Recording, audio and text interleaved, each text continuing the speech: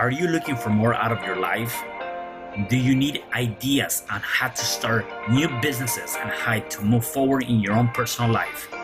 Well, guess what? You have come to the right radio show. At You Can Overcome Anything podcast show, you will learn and hear from many people from all walks of life who are sharing their challenges, their stories, the habits, and the mind shifts they had to overcome to become who they are today. On top, you will get a chance to connect and see how you can overcome anything by networking and learning about your next move through this radio show. I present to you our great speakers at You Can Overcome Anything podcast show with your host, Cesar Espino.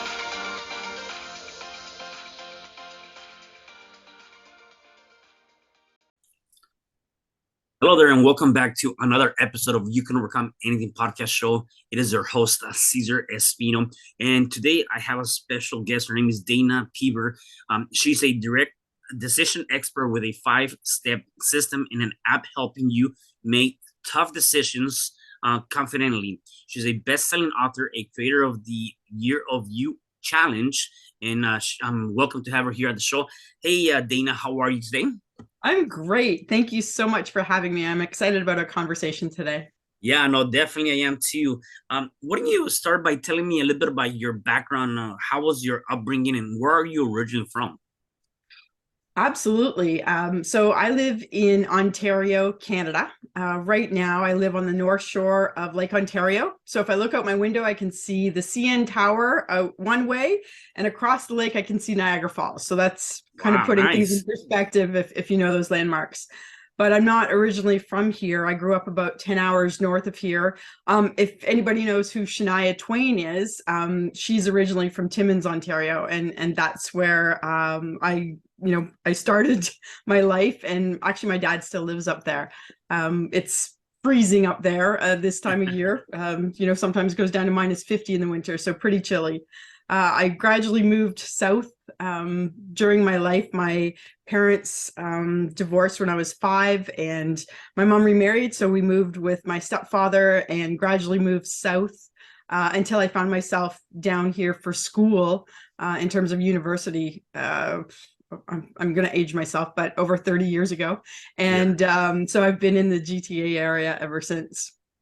Wow. Okay. Good. So definitely, I wouldn't mind waking up to seeing Niagara Falls and all that stuff. I think that would be amazing. I'm sure that's a beautiful view of where you're staying. Definitely beats my view of the city for sure. So, so that's well, huge. Everybody has what they like, right? Yeah. No. That definitely. So let me take you back a little bit. Based on your upbringing, right? And I believe that a lot of times, and you've heard this before, especially now. So now I hear this a lot where you know how your mind and who you are more or less destined to become are the programs that are given to you between the ages of 0 to 7, for the most part, right? Mm-hmm. The things that you grow up with, the things that you hear, that you see, things of that nature. How was that growing up for you? And what I want to get to is, we have this idea of when I grow up, I want to be X, Y, and Z, right? And sometimes we do become that. Sometimes we don't. Sometimes we go through challenges through our childhood because of parents getting divorced, as you mentioned, and or just growing up in the school system and things like that.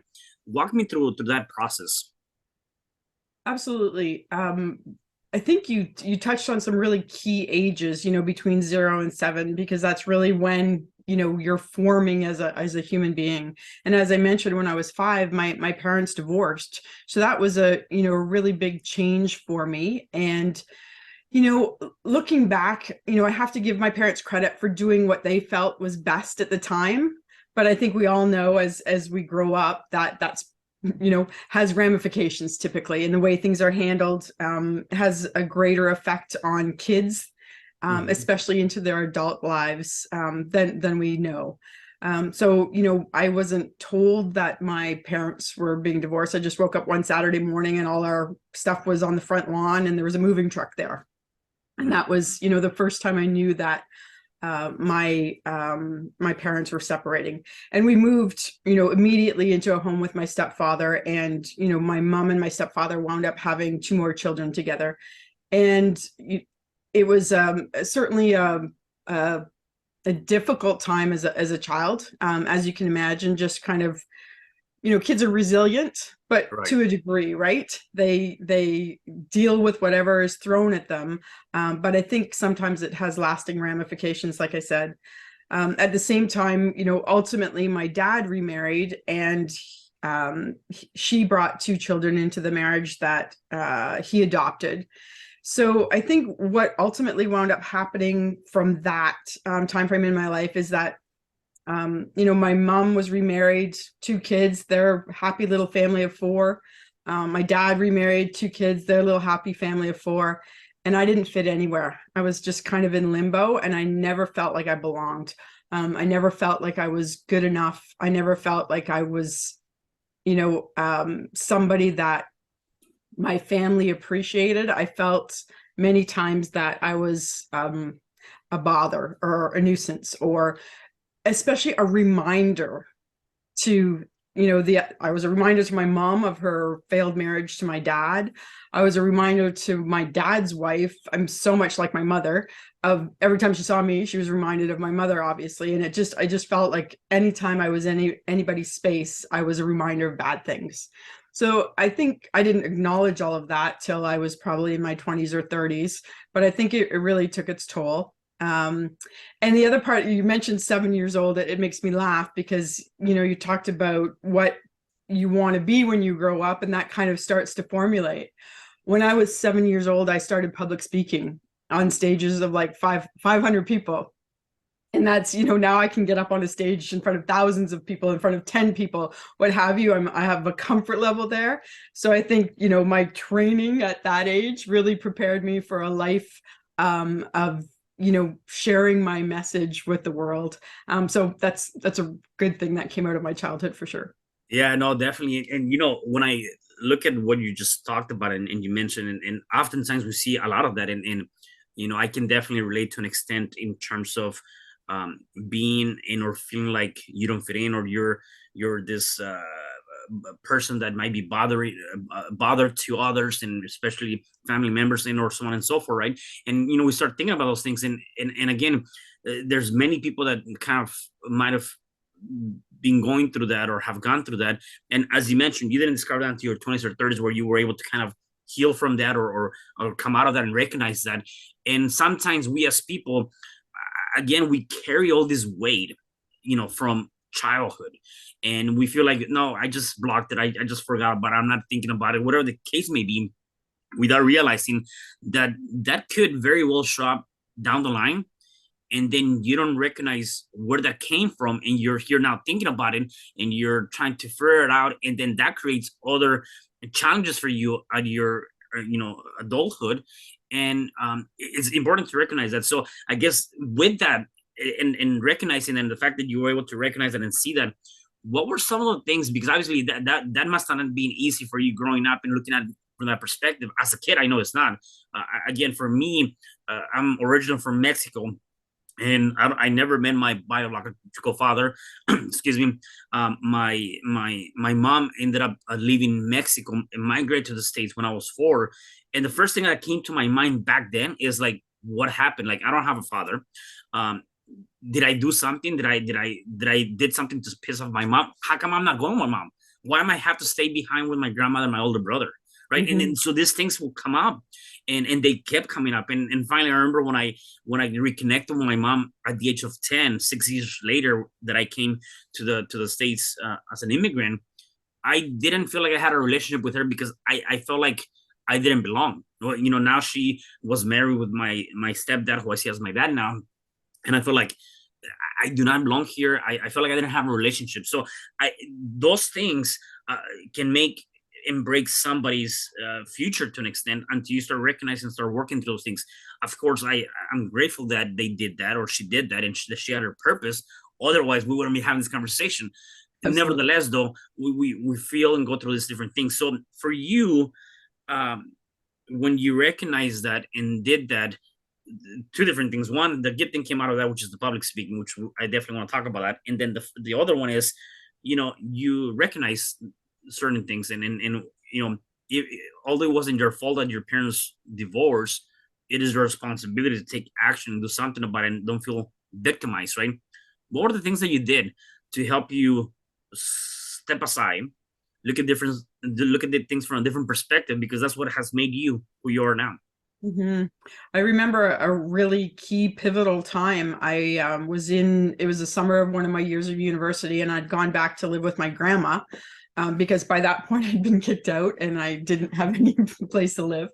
And I remember I was living in her basement apartment, and I said to myself, Dana, you've got a choice here. You can wallow in your sorrows of all the bad things that have happened in your life, because at that point there had been physical abuse, emotional abuse, sexual abuse, you name it, the whole gamut. And I was really dealing with a lot.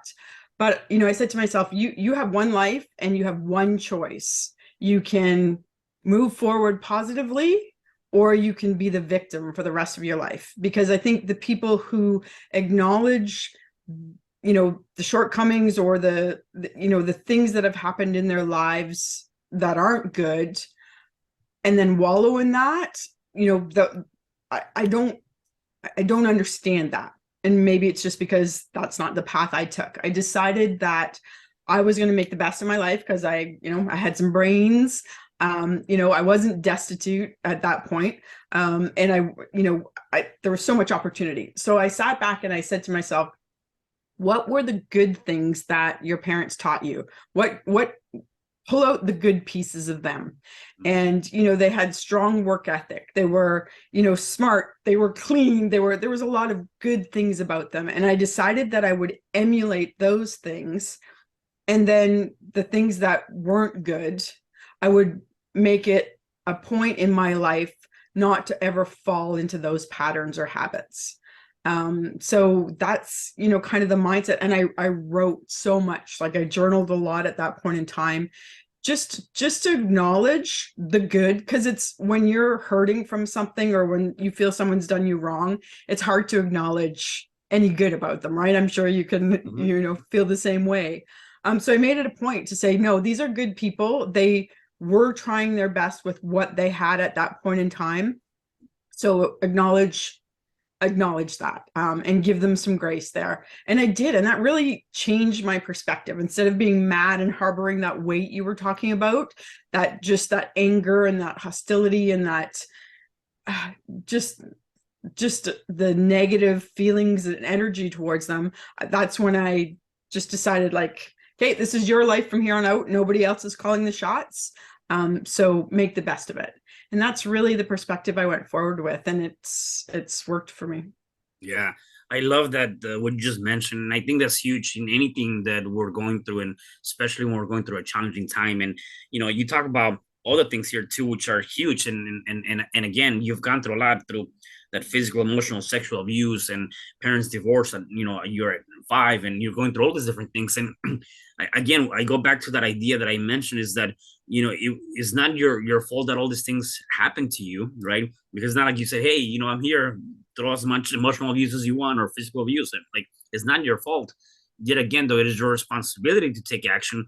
And I like what you mentioned. And this, I think, for everyone that's listening, is definitely anything you're going through, you got to be able to acknowledge what's taking place, whatever that might be, because that's definitely one step. The second thing is, I think, to that, that you want to add to that is recognize where you are at now, right? Because it's important to know where you are at now, so you know where you want to be then or in the future.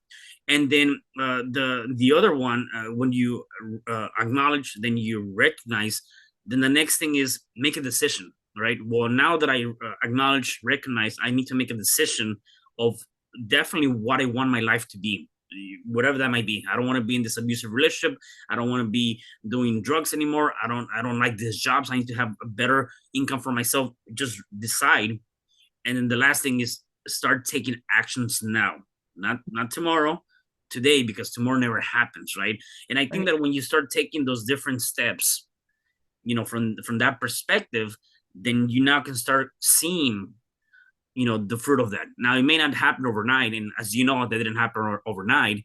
And so now let's talk about, we talked about you doing public speaking as a kid, and that Hmm. experience and whatever drove you to doing that has become now, more or less easier, and you feel more confident in doing that now, and probably is part of your passion, right? So tell me about that experience and how that evolved. Well, let me go back to around the same time when I was starting university, and how my passion for decision making came about. And that's where the public speaking falls in. I was in a first year university class. It was a psychology class, and we were talking about research methodologies.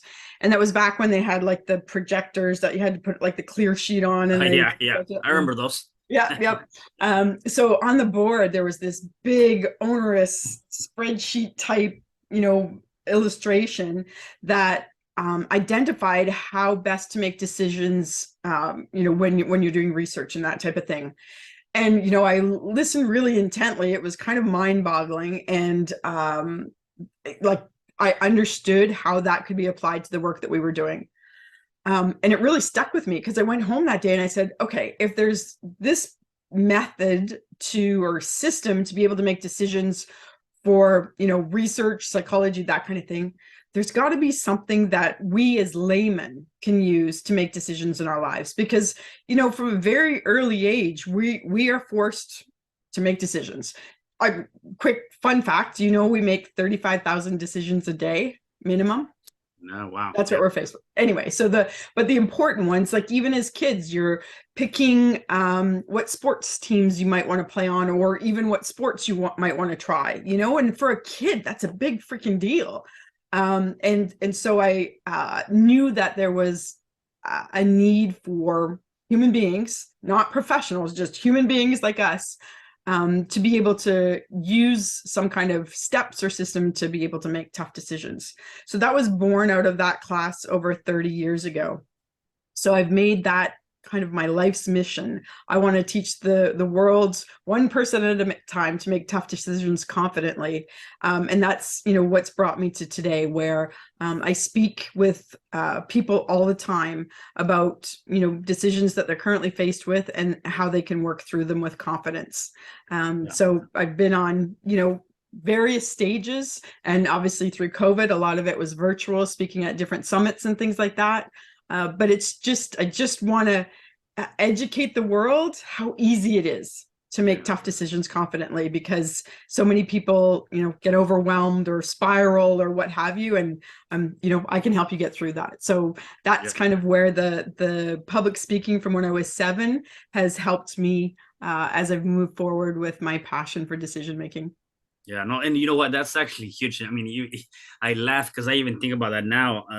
As adults, sometimes even like, you can be going out on a, I don't know, Friday night with some friends. I'm like, what are we gonna eat today? And everybody's like bouncing that idea around. Like, no, I want pizza. No, I want hamburger. Right?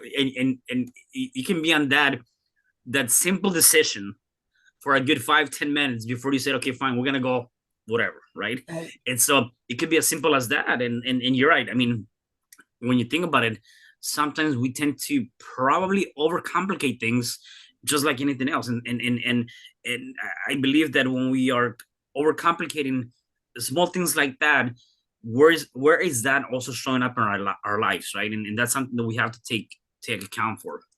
Uh, Absolutely. yeah. One of the things that I wanted to kind of cover with you too is, and I think it's critical here.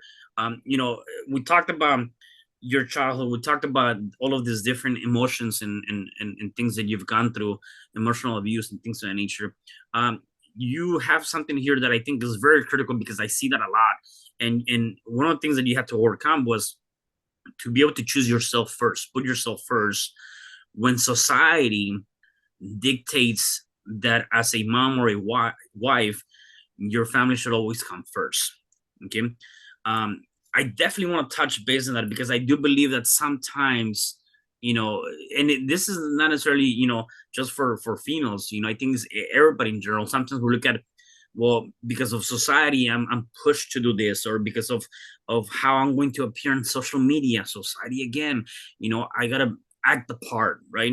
Mhm. And a lot of times you tend to start choosing what other people want to see, or how they perceived of you, the perception of you, versus how you really are authentically.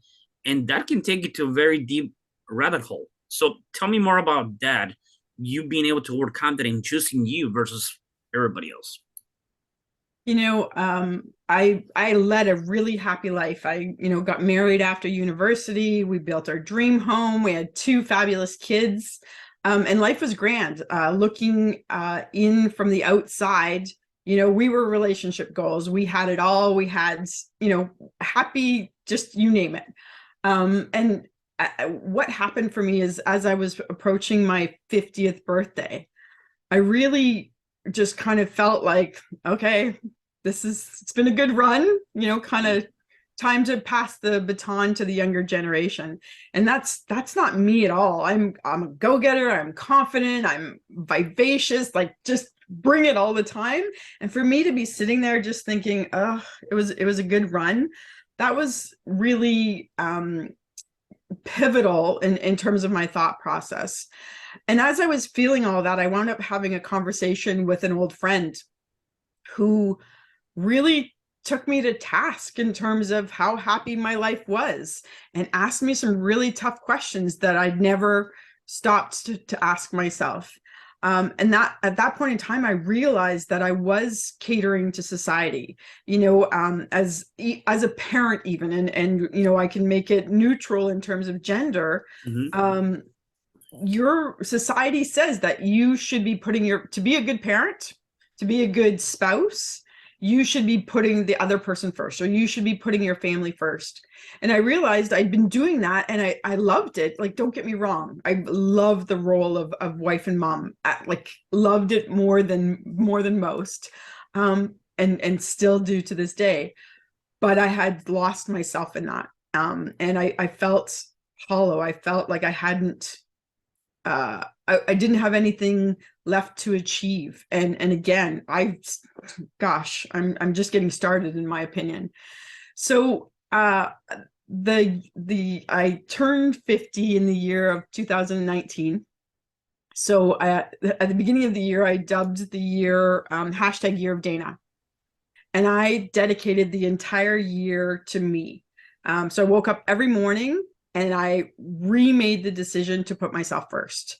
Not to the detriment of my family or anything. At that point in time, they were old enough to do dishes and laundry, and if they needed groceries and that kind of thing, so they weren't destitute or anything.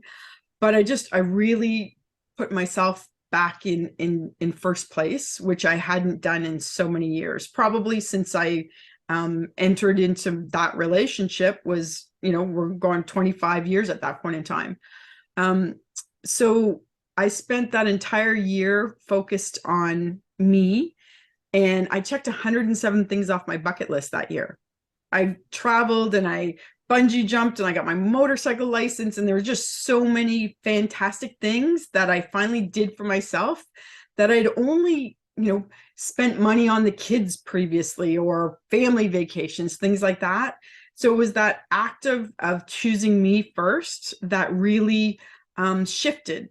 And when I talk about that year, everybody says it sounds kind of selfish, and my midlife crisis and that kind of thing. And I said, what's selfish is when you don't take care of yourself, because if you're not 100% you can't be 100% for the people around you. So it all really does start with you. So it was just, an opportunity to make sure that the fog that was on the mirror that I didn't even know existed got wiped off that year.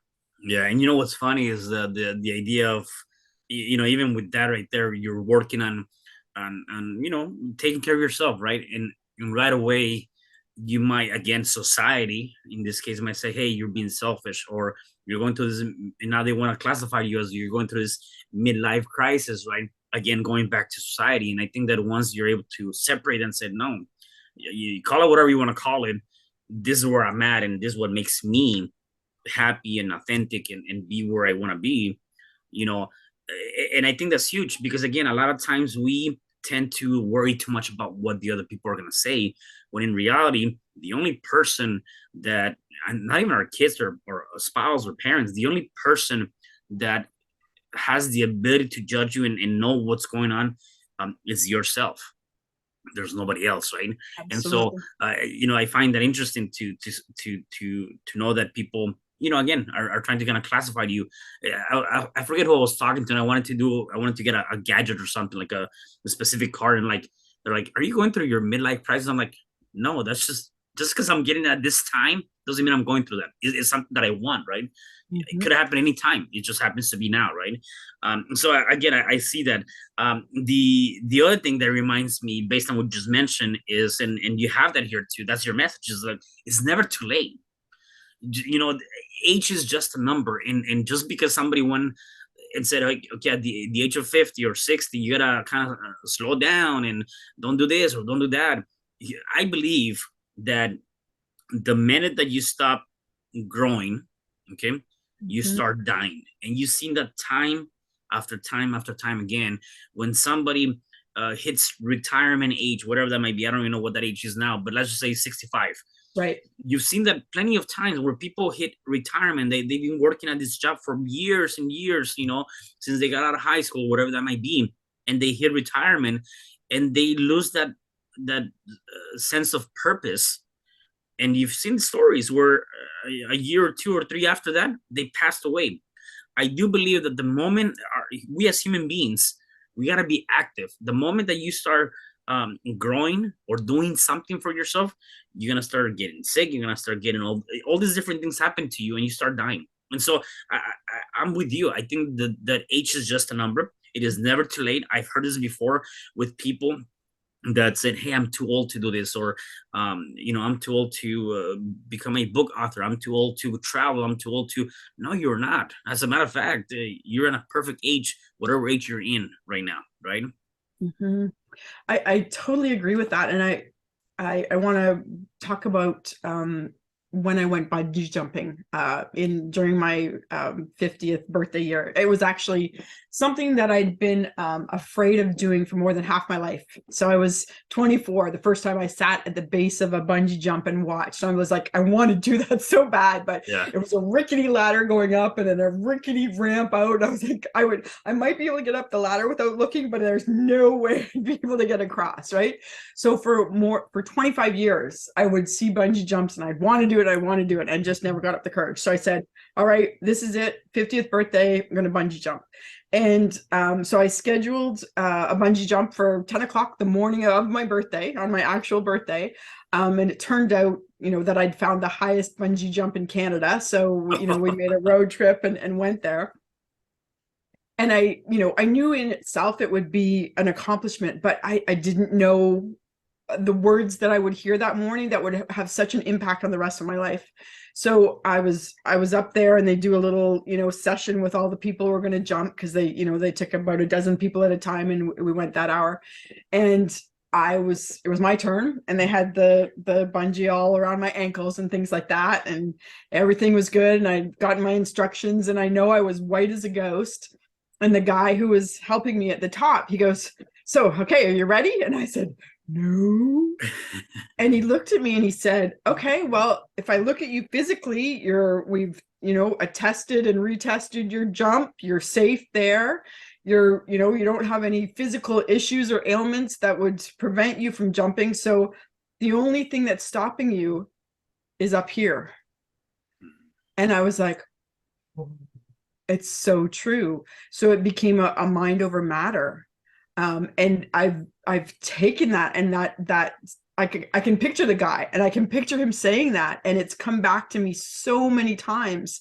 And I've used it with other people so many times. And you look at when you are putting yourself first, because we don't often do that because it's perceived as selfish. But as you mentioned, only you know exactly what you need. Nobody else can dictate that to you or for you, or know what you're feeling inside. So we can't let society dictate that for us. So as we look at us making our own goals or understanding what that looks like, and then going to achieve them, I'll say to myself, "Oh, I'll never be able to do that," or "I can't, I can't." Why not? That's my question to myself. Why not? What's stopping you? Is there anything physically stopping you from doing it? No, then it's all up here. Then master that and move forward. And so not only did the bungee jump, like I say, become something that I was really proud of, but even more so, those few words that he spoke to me have become so pivotal in my life moving forward. Yeah, no, and you know what? That's actually a good point when you talk about the different mind tricks and that we play to ourselves. And I do believe it reminds me of the African proverb that says, when there's no enemy within, there's no enemy outside that can do you no harm, right? So again, going back to that is that idea. The only enemy that you have is inside of you. Once you master that and you recognize and you realize that when you deal with those battles, those wars that are going on in your head, the outside, there's nothing that can stop you, right? And so I like that fact, and that's another reminder that we got to be able to start thinking about, how can I start working on the mind part so that I can start doing more and more things. Because in that situation with the bungee jump, right, it was all, as you said, mind over matter, right? So the fact that you were afraid of doing that, and then once you did it, I guess you felt like, wow, what a self accomplishment. You felt good. You were definitely afraid, except when you did it, like, I can do this again. Absolutely. Right? I can't wait till next time. Exactly. And so again, my question to many of people that might be going through something like that is, imagine something like that. Or like I do also events too, so I eat fire, right? And people are like, are you gonna eat fire? I'm like, yeah. It's scary at first when you see that flame going into your mouth and doing that, except again, it's a mind thing, right? So when you recognize and you see, like, if I can bungee jump, if I can eat fire, if I can skydive, if I can do all these different things that I didn't think that I could do, I was so afraid of doing, and now I did. My question to you is, where else is that showing up for you? What other limitations are you creating for yourself because you're playing these mind triggers in your head? And so again, you got to question yourself that, because I'm sure when you do bungee jump, like, wait, if I can do this, then I can, like you just said it, I can do anything else. Like, why not? There's nothing. I can walk, I can run, whatever that might be, I can do. I'm breathing. So I can probably do something, right? Absolutely. When my daughter graduates college, she wants to skydive. So we've got that plan for next year, Awesome. Let me know where. I'll go with you guys. I definitely want to do that too. I haven't done that for a while. It's been many years. That's it. Well, I'll definitely let you know. Yeah. So again, so many different things you're working on. I like the idea of the whole working on your mind, all these different things. You have an app. You created an app. Tell me about that app.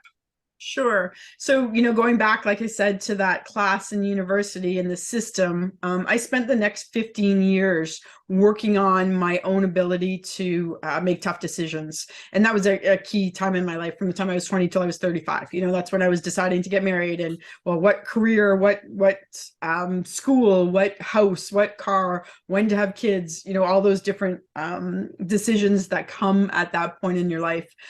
So I kept testing my methodologies and doing tons of research.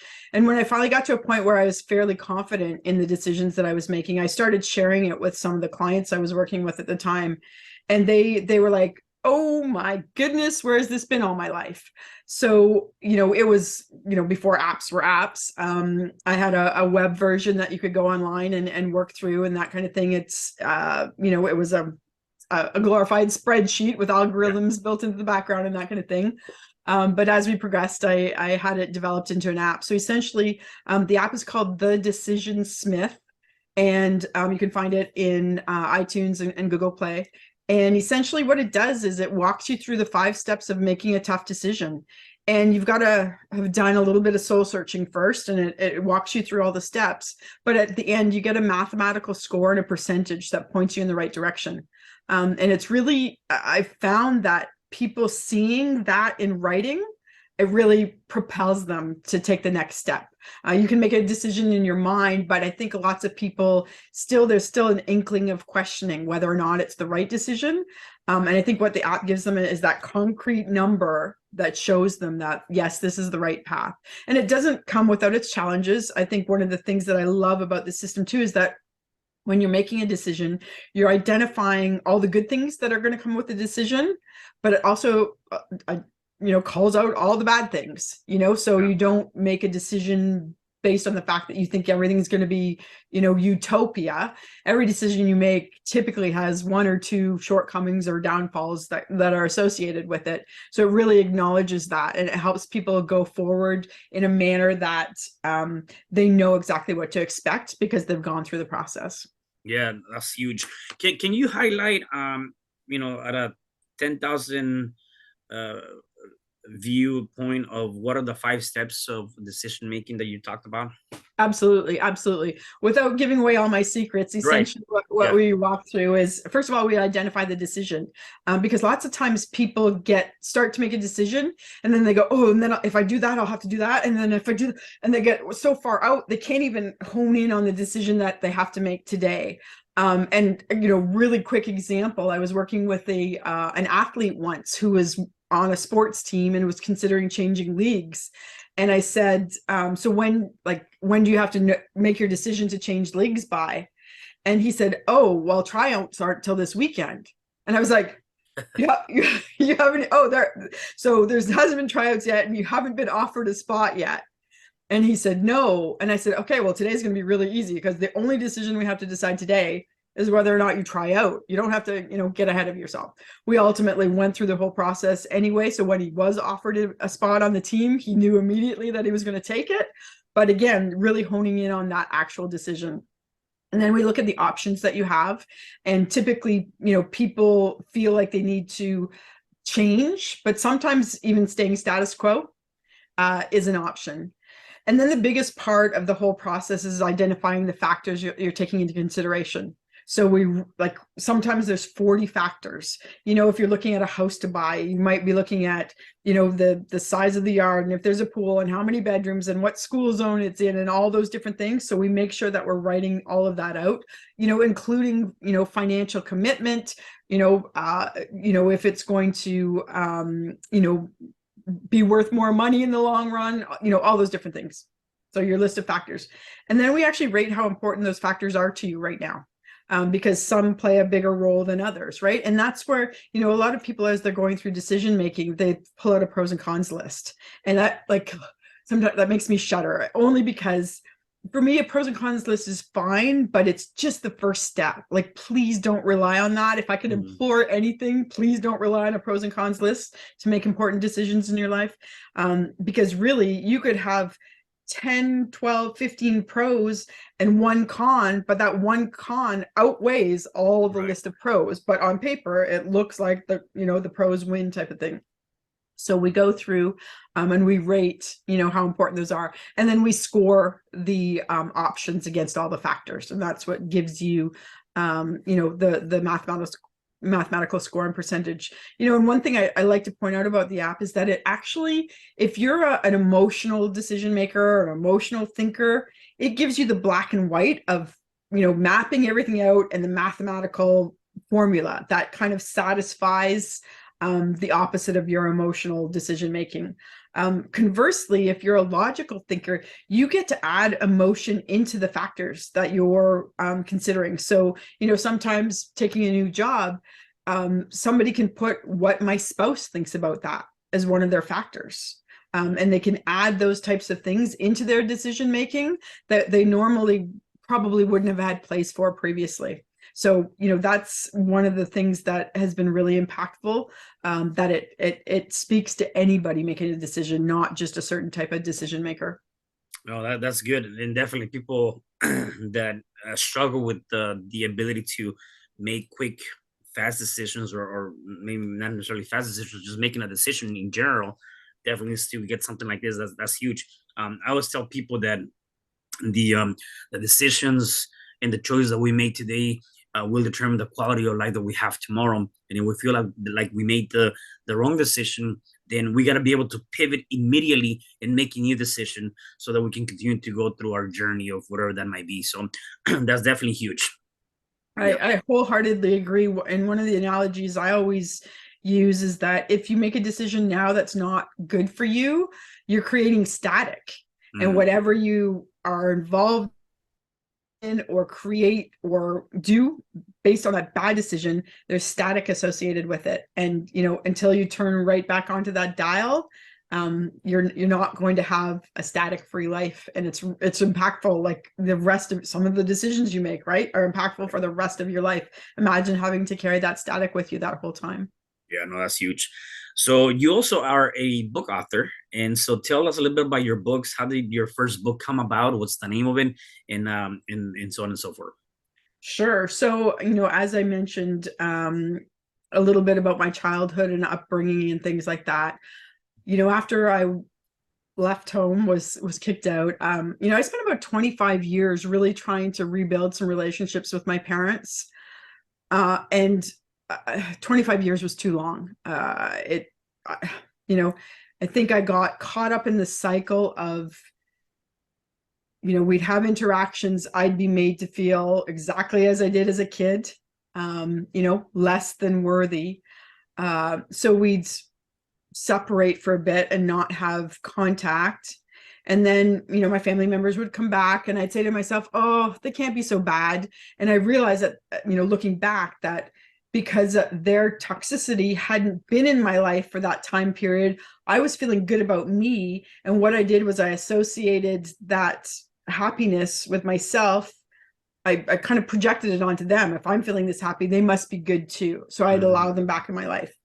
And the same cycle played itself out for 25 years until finally, so my first book, it's called The Decision to Purge, the Year the Skeletons Fell Out of the Closet. And it was really the year that the skeletons fell out of the closet and all hell broke loose. And I really had to draw a line in the sand and create some boundaries. And, you know, that's what that book's about. So, you know, unfortunately, there's some family members I haven't had contact with for 8 years now. Wow. But I'm living a really happy and toxic free life.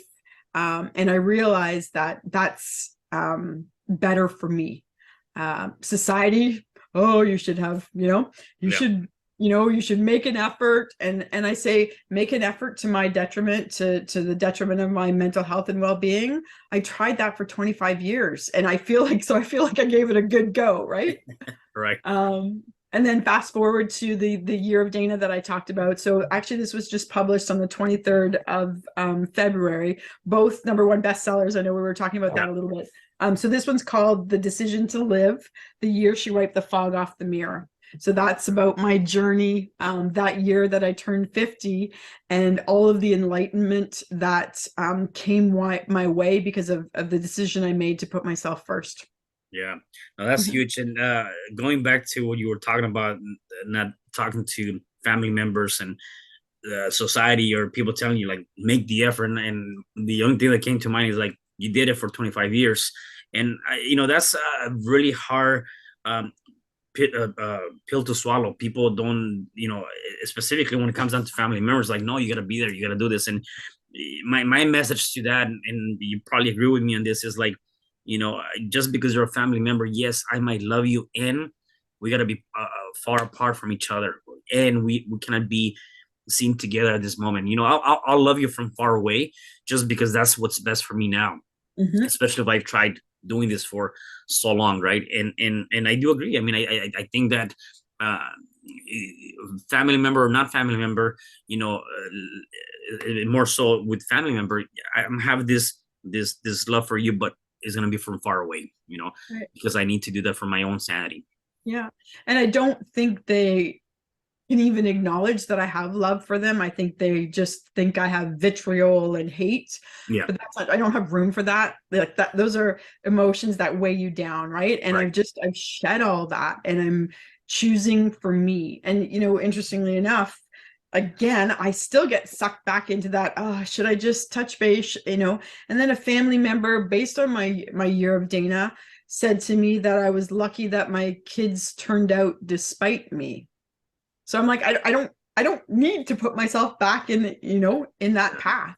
Right. So there are times, like I say, when I get close to maybe, talking to them again, and then I feel like the universe provides an opportunity for them to do something stupid. I'm like, oh, I'm glad. Thank Thanks for you. the Thank you reminder. for Yeah. the reminder. Right. This isn't healthy. So I continue to just live my life the best way that I know how for me. And I think, that's so key. And this second book, The Decision to Live, I know I talked about, you said, it's never too old to start. And this was for my 50th. But what I think one of the messages I really want to help drive is that I don't want anybody to get lost in their marriage or their family. I want you to start out continuing to put yourself first. Don't wait till you're 50 to realize that the mirror's a little foggy. Take stock of where your life is now, regardless of how old you are. If you're 20, if you're 30, if you're 40, do those gut checks and make sure that you're still putting you as number one. Because again, like I say, you can't be 100% for other people unless you show up 100% yourself. Yeah, no, totally agree. So you talked about your the Decision Smith app. You can find it on the applications and all that. Where can people find your books? Where can people contact you if they want to learn more about the things you have going on? Give us your contact information. For sure. So as mentioned, the app is called The Decision Smith. So is my website, thedecisionsmith.com. So you can always find me there. Books are on Amazon, so you can order them. Anytime you want. They're both in soft and hard copy. And coming out of the Decision to Live, what I realized how fortunate I was in being able to take that year for myself. And I said to myself, how can I impart this on other people? I know people don't have the opportunity always to take a year for themselves, right? But how can we just start little? So I actually created a year of you challenge that's just 5 days, but it's a challenge that you can work through if you're honest with yourself. And it really starts by you taking a really candid look at how you feel about all facets of your life and scoring them, and look at what you're tolerating. And then you look at what you like to do, and then take some steps to put some action plans into play to be able to get yourself up on the right path. So all that to say, you can also go to yearofyouchallenge.com, and that's a free challenge I offer based on what I learned during Year of Dana. That's awesome. I love that. I love that. So, Dana, I have a couple of more questions for you. You've given us a lot of great golden nuggets. I have two questions for you. The first one is, do you have any habits or things that you do on a daily basis? I know you talked about journaling a little bit. Is there anything else that you do now on a day-to-day basis to kind of help you stay ahead, positive, moving forward? It's really interesting, and it's kind of funny, comical at my house, because I really covet my coffee time in the morning. I have a turquoise chair that overlooks the water, and it's my quiet time. So it's just, I'll have a coffee or two, and I just sit there and I really ground myself, and I think about what I'm grateful for. And I know that's a common practice, but it really helps. And I realize now that back when I was 20, and what am I grateful for in terms of, what positives did they give me or offer me? I realized that I've been doing that in my entire life, but also just kind of really setting the stage with intention against, what I want to accomplish. I had a conversation just yesterday about, I always have a goal in mind, and gosh, we could continue this conversation forever, but every quarter I set myself 5 goals, and those are the only things that I can work on. And if something else comes along that I want to work on, it has to replace. So I'm very intentional and very focused in the work that I take on. And for each of those things I'm working on, I have to know ultimately what my goal is. And with every action that I consider taking, I map it against the outcome of that goal. And if it doesn't serve that goal, I don't do it. So I spend my time every morning thinking about what I'm going to do for the day and mapping it against my ultimate goal and making sure that they're going to intentionally help me achieve that. Nice. I love that. I love that. My last question for you is, see if I can get another tip from you. For the people that are watching us and listening to us right now, if they're going through any challenge, whatever challenge that might be, what is one thing you can say to them so they can start overcoming that challenge? Well, I think we maybe already talked about it. That key about it's up here, right? There's Mhm. nothing, the proverb that you shared with me is golden. I really feel like some people just give up on themselves, Yeah. and please don't. You've only got one life. Well, that's debatable, but anyway, we won't go there today. But you've got this journey that you're on. Make it your best freaking journey ever, and put yourself first. I love that. I love that. Well, Dana, definitely, I really enjoyed our conversation here, and thank you again for being on the show. Anything else you want to share before I let you go?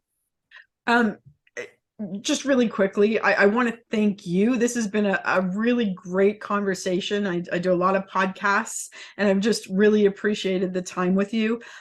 So, from a decision making standpoint, I just want to make sure that people know that there are systems and there is help if you're faced with a tough decision. So go search help. Don't just make your decisions blindly, because it'll have ramifications for the rest of your life. Yeah, definitely. Certainly. I love that. Well, once again, Dana, thank you so much for being here on the show.